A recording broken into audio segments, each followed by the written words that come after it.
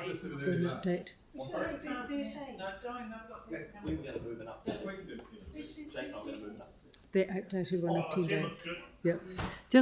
We would just also want to draw to your attention in number 10 that 5 of those 10 days are when it's already on the agenda and sent out to you. So the actual time to consider it is actually only 5 days. So getting it in 10 days before, the papers are starting, the agenda's starting to be generated on the Wednesday. So just so you're aware of what that time frame is. Can I just check though, because sometimes with the current one, if it was done within the 5 days, they're usually just done as supplementary papers anyway, so there can still be a bit more time for that considering. Yeah. If people are happy with the compromise, we can get through this pretty quickly. Yep. I'm happy to second. I think Sam, it's your word and you should move it. Victoria. The question yesterday for some clarification around the straddling of election terms. Please, can I have some staff advice on that? Yeah, and here it comes now. Oh.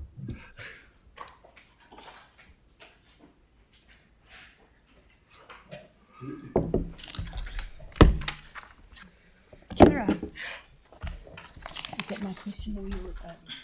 So the question was regarding there's 2 provision in standing orders regarding the timeframe for notices of motions, and part of the resolution that says that if a notice of motion is lost, no similar notice of motion can be put forward within the next 6 months. That does straddle the 2 elections. There's also a second provision in standing orders where if this is regarding just a revocation of a decision, and the chair may direct the CE to refuse a notice if it has the same purpose as a notice of motion that's rejected within the last 6 months, unless there's a third of the members that have signed the new notice. So it's okay. Sarah? Thanks. So it's clear that when we look at what Auckland and Wellington do, so one with 5 days, one with 4 weeks, and yet a much lower number of notices of motion overall, that there's something going on in our council around our table and within the organisation or something that's meaning that we're putting forward more notices of motion, and it's not necessarily the time frame that's the difference.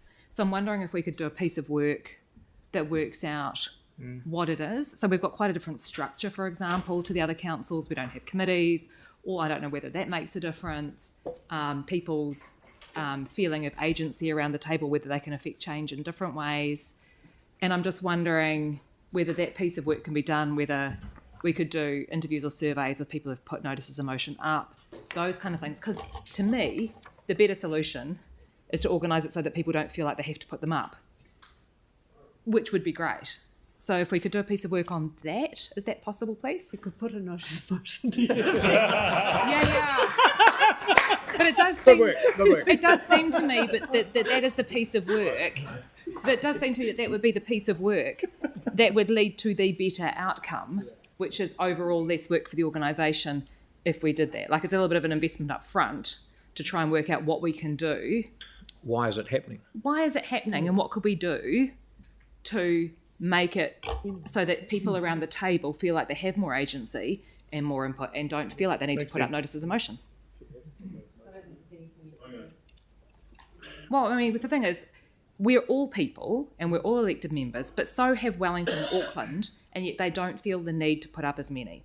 So what is it that's different? We have to wait for the item to come and then add an amendment to actually make change within whatever we want to change.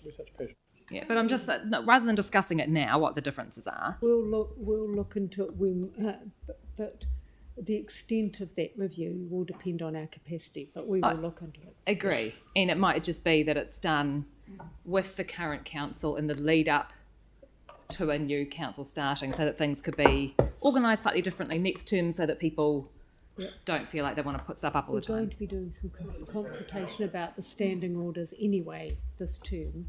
For next term, so we could include it in that work as well. Yeah, that'd be great. Yanni, please.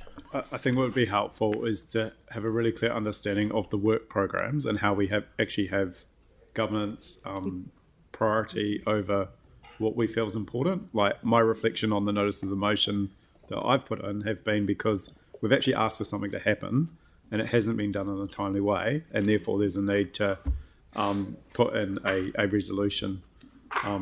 So most of the other processes have been tried, they haven't worked, and then it results in having to get another formal decision of council. Having said that, even when the formal decision through a notice of motion has been made, it still doesn't actually give it any priority to get the work done. So I think the bigger issue for us is how we manage the capacity of the organisation in terms of the work programs for the term, and it would be good to kind of understand what flexibility or what ability we have at a governance level to prioritise things. Okay. So, Andre?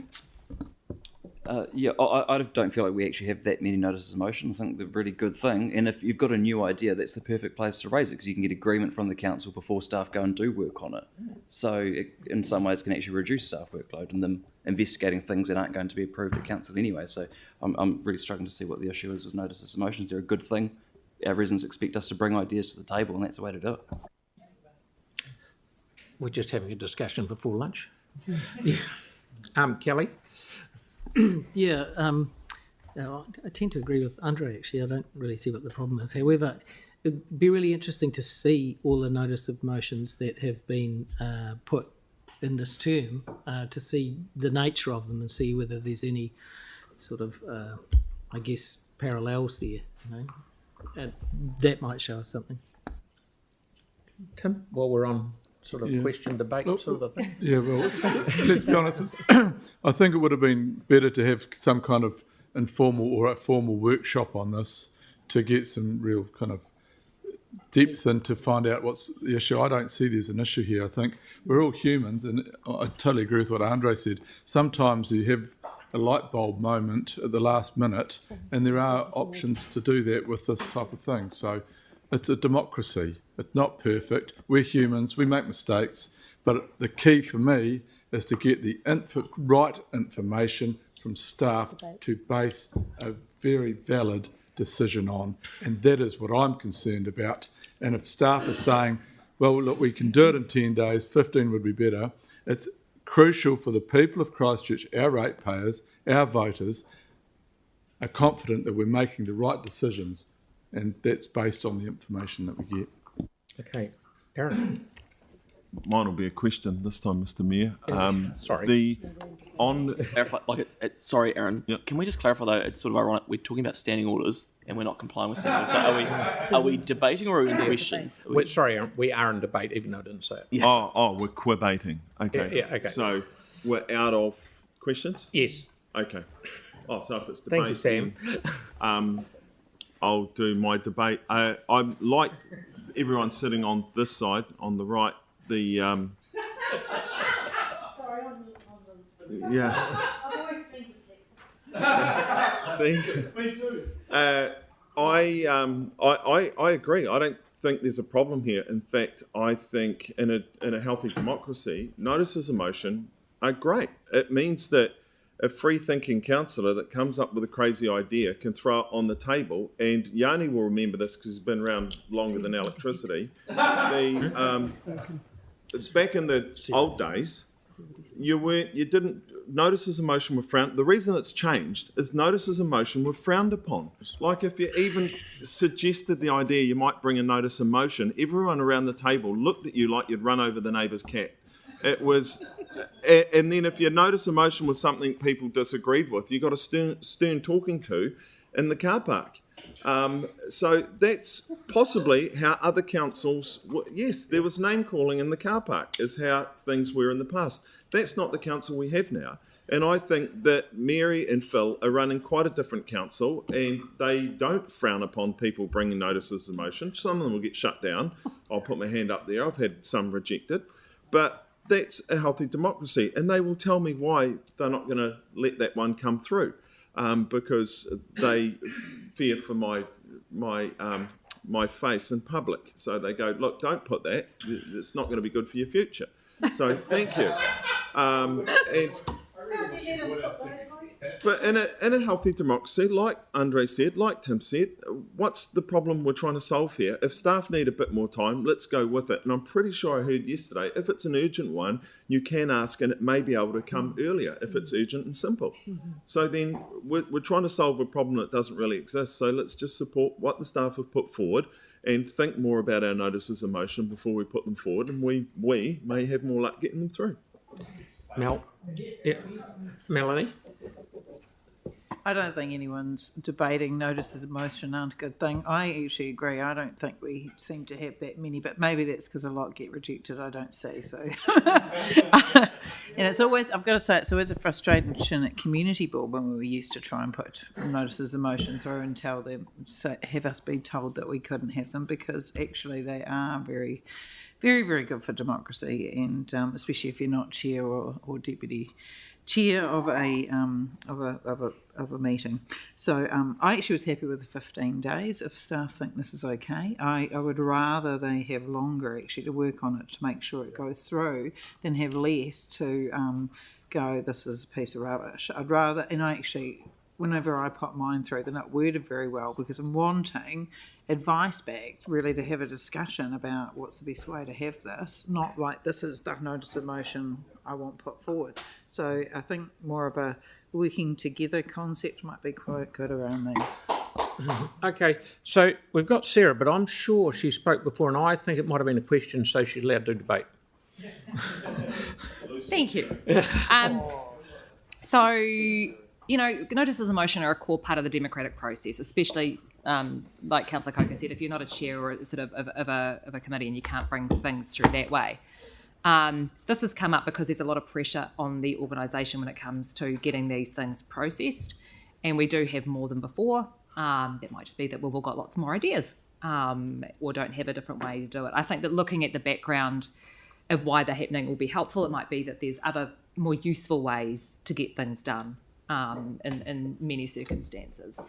I think the other thing we probably then need to make sure of is that the resourcing is there in the democratic services part of council to be able to process them. If it's putting a lot of stress on the organisation, is it because actually there's not enough resourcing in that space to be able to do the work without deprioritising other stuff? And I think that if we as elected members feel like more work needs to be done on more things that we put forward, then we need to ensure that the resourcing is available to process those things.